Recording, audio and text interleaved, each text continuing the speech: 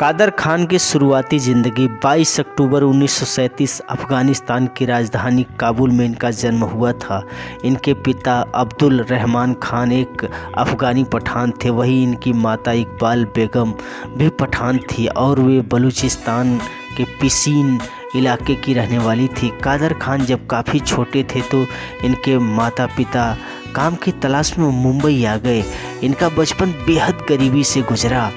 गरीबी इतनी ज़्यादा थी कि उसके चलते इनके माता पिता में झगड़ा होने लगा और आखिरकार इनके माता पिता तलाक लेकर अलग हो गए। कादर खान और उनके बाकी भाई अपनी माँ के साथ ही रहे। इनकी माँ दूसरों के घरों में काम करके किसी तरह अपने बच्चों का पालन कर रही थी। इसी बीच इनके नाना ने इनकी माँ पर दूसरी शादी करने का दबाव बनाना शुरू कर दिया और आखिरकार इनकी माँ को दूसरी शादी करनी पड़ गई। लेकिन अपने सौतेले पिता से कादर खान की कभी नहीं बनी। ऐसे कादर खान ने लगाया पढ़ाई में मन। वहीं इनकी माँ अभी भी जी तोड़ मेहनत कर रही थी। माँ को इस तरह दिन रात मेहनत करते देख कादर खान को बड़ा दुख होता था।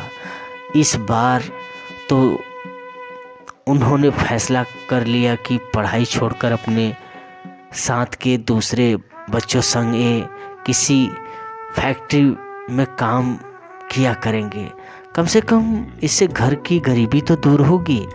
किसी तरह इस बात की खबर इनकी माँ तक पहुंच गई। तब माँ ने इन्हें समझाया कि तेरे 2-3 रुपए कमाने से हमारे घर की गरीबी दूर नहीं होगी, इसलिए तू सिर्फ पढ़ाई कर। क्या पता तेरी पढ़ाई से ही हम सब का भला हो जाए। माँ की ये बात कादर खान के ज़हन में इस तरह बैठ गई कि फिर तो उन्होंने कभी पीछे मुड़कर नहीं देखा और खूब मन लगा कर पढ़ाई की। इस नाटक से मशहूर हुए कादर खान। इन्होंने इस्माइल यूसुफ कॉलेज से ग्रेजुएशन किया और फिर इसके बाद इन्होंने सिविल इंजीनियरिंग भी की। इन्हीं दिनों ये अपने कॉलेज में होने वाले ड्रामों में भी हिस्सा लेने लगे और इनकी एक्टिंग को लोग खूब पसंद भी किया करते थे। इंजीनियरिंग पूरी करने के बाद इन्होंने मुंबई के भाई खला में मौजूद MH सब्बू कॉलेज में 1970 से 1975 तक बतौर सिविल इंजीनियरिंग प्रोफेसर काम भी किया। नाटकों में काम करना इन्होंने यहाँ भी जारी रखा। ये अपने नाटकों को खुद ही लिखते थे और खुद ही उन नाटकों को डायरेक्ट भी करते थे। इतना ही नहीं, अपने लिखे नाटकों में एक्टिंग भी किया करते थे। इसी दौरान अपने कॉलेज के एनुअल डे में इन्होंने जो नाटक किया वो बेहद मशहूर हो गया। उस नाटक को हर कैटेगरी के अवार्ड मिल गए। दिलीप कुमार की पड़ी नज़र वो नाटक इतना चर्चित हुआ कि दिलीप कुमार साहब ने वो नाटक देखने की ख्वाहिश जताई। फिर जब दिलीप कुमार के सामने उस नाटक का मंथन फिर से किया गया तो कादर खान से बेहद प्रभावित हुए। लोकल ट्रेन नाम के उस नाटक में दिलीप साहब को कादर खान की अदाकारी बेहद पसंद आई और दिलीप साहब ने तुरंत उन्हें 2 फिल्मों के लिए साइन कर लिया। ये फिल्में थी सगीता महतो और बैराग। हालांकि इनके करियर की पहली फिल्म रही फज्र अल इस्लाम नाम की एक धार्मिक फिल्म, लेकिन इस फिल्म का कोई नाम नहीं हुआ। कादर खान के करियर की पहली फिल्म मानी जाती है साल 1973 में रिलीज हुई दाग, जिसमें ये एक वकील की भूमिका में नजर आए थे। अमिताभ के लिए लिखे डायलॉग। इसी दौरान कुछ ऐसा भी हुआ कि बॉलीवुड में बतौर लेखक भी इनका करियर शुरू हो गया।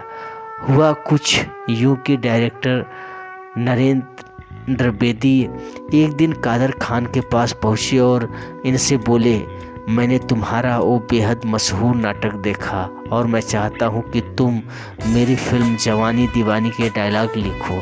और इस तरह ये बॉलीवुड के राइटर भी बन गए। कहना चाहिए कि अमिताभ बच्चन को महानायक बनने में इनके लिखे डायलॉग्स का बहुत बड़ा हाथ है। अमिताभ के पसंदीदा डायरेक्टर्स मनमोहन देसाई और प्रकाश मेहरा अपनी फिल्मों के लिए कादर खान से ही डायलॉग लिखाया करते थे। अमिताभ की कई फिल्मों के डायलॉग इन्होंने लिखे, इसलिए छोड़ दी विलेनी। कादर खान ने फिल्मों में केवल डायलॉग ही नहीं लिखे बल्कि कई फिल्मों के तो इन्होंने स्क्रीन प्ले भी लिखे थे। बतौर कॉमेडियन तो ये लंबे समय तक बॉलीवुड पर राज करते रहे, लेकिन बतौर विलन भी कादर खान साहब का खूब नाम हुआ। लेकिन बाद में इन्होंने विलेनी छोड़ दी।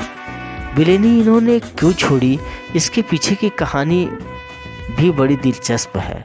हुआ दरअसल यूँ कि कादर खान साहब के एक दिन देखा कि उनके बेटे के सरफराज के सिर पर चोट लगी थी, उसके सिर से खून भी बह रहा था। कादर खान ने जब बेटे से वजह पूछी तो उसने बताया कि मोहल्ले के लड़के उसे ताना मार रहे थे कि तेरा बाप तो विलेन है। बस इसी बात पर झगड़ा हो गया और उसका सिर फूट गया। बस तभी उन्होंने फैसला कर लिया कि अब ये विलेनी नहीं करेंगे। कादर खान की प्रमुख फिल्में गोविंदा और कादर खान की कॉमिक केमिस्ट्री को भला कौन भुला सकता है। इस जोड़ी ने दर्शकों को कई फिल्मों में हंसाया। वहीं शक्ति कपूर और असरानी संग भी इन्होंने बड़ी मज़ेदार कॉमेडी की। अपने फिल्मी करियर में इन्होंने 300 से भी ज़्यादा फिल्मों में काम किया है। इनकी प्रमुख फिल्मों की बात करें तो इन्होंने गंगू, अदालत, खून पसीना, परवरिश, मुकद्दर का सिकंदर, मिस्टर नटवरलाल, धन दौलत, सुहाग, कुर्बानी, बुलंदी, नसीब, याराना, कालिया, सत्ते पे सत्ता, हिम्मत वाला, जस्टिस चौधरी, कुली, चोर पुलिस, गिरफ्तार, स्वर्ग से सुंदर, इंसाफ की आवाज़, खुदगर्ज, चरणों की सौगंध, बीबी हो तो ऐसी जैसी करनी वैसी भरनी, काला बाजार, चालबाज, बाप नंबरी बेटा 10 नंबरी, घर हो तो ऐसा, तकदीर वाला, बोल राधा बोल, कुली नंबर 1, जुदाई, hero number 1, mister and Mrs खिलाड़ी, आंखें, दूल्हे राजा, सिर्फ तुम, यह है जलवा और अनाड़ी नंबर 1 जैसी सुपर हिट फिल्मों में काम किया। ऐसी थी इनकी निजी जिंदगी। बात अगर कादर खान की निजी ज़िंदगी के बारे में करें तो इनके 3 बेटे थे, सरफराज खान, शाहनवाज खान और कुद्दूस खान। इनका बड़ा बेटा कुद्दूस खान कनाडा में रहता है और उसके पास वहीं की नागरिकता है। कहा जाता है कि कादर खान ने भी अपनी ज़िंदगी के आखिरी सालों में कनाडा की नागरिकता ले ली थी। हालांकि इस बात की कभी कोई पुष्टि नहीं हो सकी। मिले थे ये अवार्ड्स।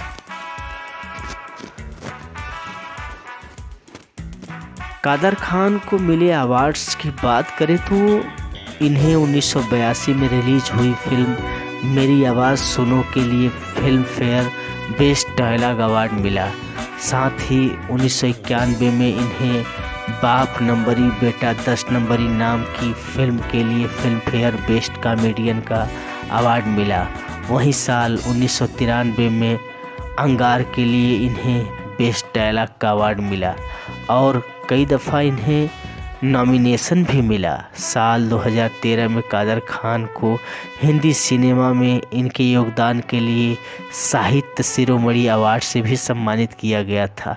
26 जनवरी 2019 को भारत सरकार ने कादर खान को मरणोपरांत पद्मश्री सम्मान से नवाजा था। कनाडा में ली थी आखिरी सांस। अपनी ज़िंदगी के आखिरी दिनों में कादर खान काफ़ी बीमार रहने लगे थे। ये सुप्रा न्यूक्लियर पाल्सी नाम की एक गंभीर दिमागी बीमारी का शिकार हो गए थे। अपने बड़े बेटे कुद्दूस के साथ रहकर एक कनाडा में ही अपना इलाज करा रहे थे। वहीं पर 31 दिसंबर 2018 को 81 साल की उम्र में कादर खान साहब ने अपनी आखिरी सांस ली। उनकी मौत के वक्त इनका सारा परिवार कनाडा में ही मौजूद था। 5 दशकों तक सिने प्रेमियों को हंसाने वाले कादर खान इस तरह से जाना, हर किसी का दिल दुखा गया। देश ही नहीं दुनिया भर के हिंदी सिनेमा के शौकीनों को कादर खान की मौत का कई दिनों तक अफसोस रहा। मैं आरजे साहिल महान अभिनेता कादर खान को नमन करता हूं और वादा करता हूं कि फिल्मों का कारवां में हमेशा उनका सम्मान करेगा। सभी को जय हिंद, सभी दोस्तों को प्यार भरा अलविदा।